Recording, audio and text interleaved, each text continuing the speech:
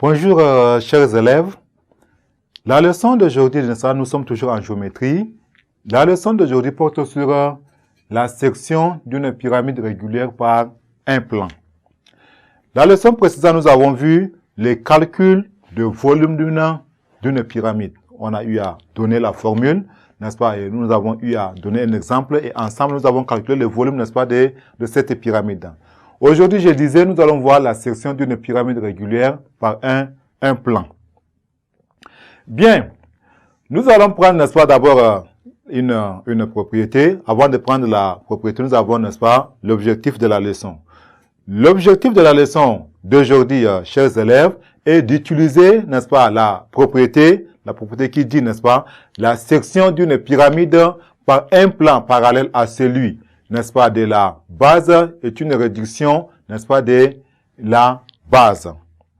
Donc, nous allons utiliser, n'est-ce pas, cette propriété pour calculer les aires ou les volumes concernant, n'est-ce pas, le tronc, n'est-ce pas, des pyramides. C'est-à-dire le tronc des pyramides. On parle de tronc, c'est-à-dire c'est partie, n'est-ce pas, lorsqu'on, n'est-ce pas, lorsqu'on sectionne, n'est-ce pas, lorsqu'on sectionne une pyramide.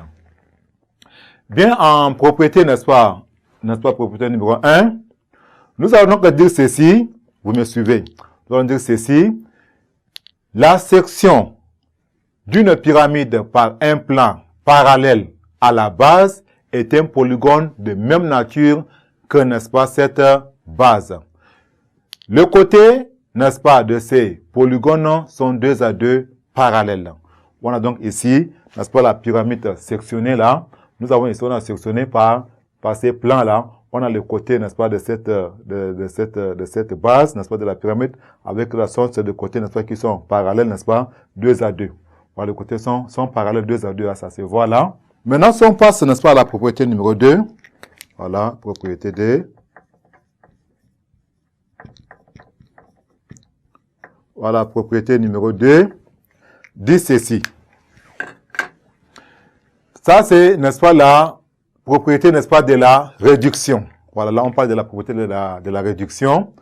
Lorsqu'on coupe, n'est-ce pas, lorsqu'on coupe une pyramide, n'est-ce pas, par un plan parallèle, n'est-ce pas, au plan de la base, on obtient une réduction de pyramide.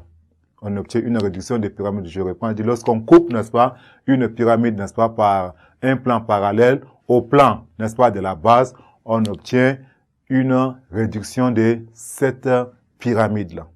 Maintenant, si l'échelle, n'est-ce pas, si l'échelle de réduction, n'est-ce pas, est égale au nombre, n'est-ce pas, K, c'est-à-dire la réduction est égale à K, n'est-ce pas, tel que, n'est-ce pas, K, B0 inférieur à K, inférieur, n'est-ce pas, à 1, c'est-à-dire si K est dans l'intervalle de 0 et 1, qu'est-ce que nous allons avoir? Nous avons l'aire de la pyramide réduite. L'aire de la pyramide réduite, nous avons R, n'est-ce pas, de la pyramide. De la pyramide réduite. Voilà, le tout sera, n'est-ce pas, l'aire de la pyramide maintenant, l'aire, n'est-ce pas, l'aire homologue, autant pour moi, sur l'aire homologue, n'est-ce pas, de la pyramide, hein, sur l'aire homologue de la pyramide, nous avons l'aire homologue de la pyramide. Voilà. Si ces rapports, qu'est-ce que ça va donner? Ça va donner tout simplement K élevé au carré. C'est-à-dire, nous avons ici K, n'est-ce pas, au carré. Maintenant, si nous prenons le volume, n'est-ce pas, de la pyramide, n'est-ce pas, réduite, nous avons, ça c'est le point 1. Maintenant, volume